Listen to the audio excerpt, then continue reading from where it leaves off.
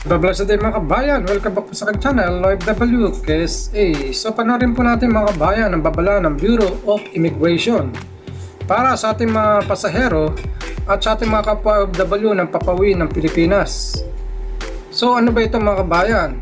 Watch niyo po ang mga nagbabagang balitang ito.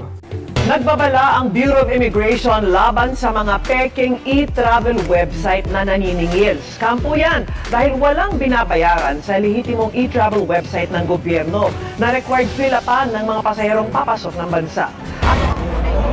Mula sa Immigration Arrival Card, Customs Declaration hanggang sa Bureau of Quarantine Health Declaration, pwedeng ma-access lahat sa Philippine Travel Information System o e-travel website na binuo para maging iisa na lang ang sistemang ginagamit para magsumite ng impormasyon ang lahat ng papasok ng Pilipinas. Pero pati yan, nagagamit na rin daw ngayon sa panluloko.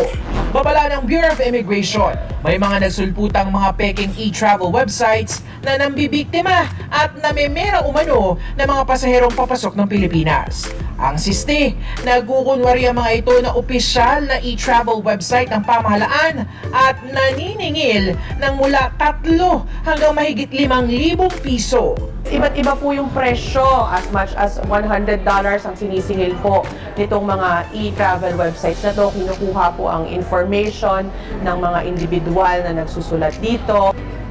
Pero sabi ng BI, walang kailangang bayaran sa lehitimong e-travel website ng gobyerno. Ang e-travel po ay libre. Libre po ito sa government website. Kung nakita po nila na sinisingil po sila ng mga websites na ito, ay magduda na po tayo. Isa ito dun sa mga peking e-travel website na nagbabala yung Bureau of Immigration. Hihingan ka dito ng mga sensitibong impormasyon tulad ng iyong buong pangalan, birthday, pati passport number. At sa website na ito rin, sisingilin ka ng $52 o halos 3,000 piso para sana sa e-travel pass na wala naman talagang bayad. 8 website na ang natukoy at iniimbestigahan ng Cybercrime Investigation and Coordinating Center o CICC. Inaalam na rin kung mga Pinoy rin o mga banyaga ang nasa likod ng mga ito. Sila ay nakabase sa IP record sa labas ng bansa. One is in Spain. We're doing efforts to block them para hindi na makadali ng mga inbound Philippines. Our objective now is to make a formal complaint doon sa platform where they are hosted. Abiso ng CICC maging mapanuri, siguruhing tama at opisyal na portal lang ang papasukin. Pumunta sila sa official website. Wag lang yung porque na-type mo kay Google Search, yung una lumabas, yun na yun. Dapat lagi may .gov.ph. Para sa mga sumbong patungkol sa mga peking e-travel websites at iba pang cybercrimes, maaaring magsumbong sa CICC. At para po mga bayan, hindi po kayo ma-scam at mabiktima ng mga fake website na nanghihingi ng bayad, ay ilalagay ko po ang tamang link sa description na ito.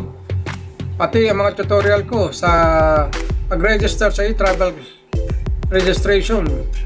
Pati ang e-travel departure. Lalong-lalo na may ginawa silang pagbabago sa e-travel sa pag-register na kailangan nyo pong mag-receive ang code gamit po ang email nyo po bago po kayo makapag-proceed uli. Ang website link na ito na nilagay ko sa description mga bayan.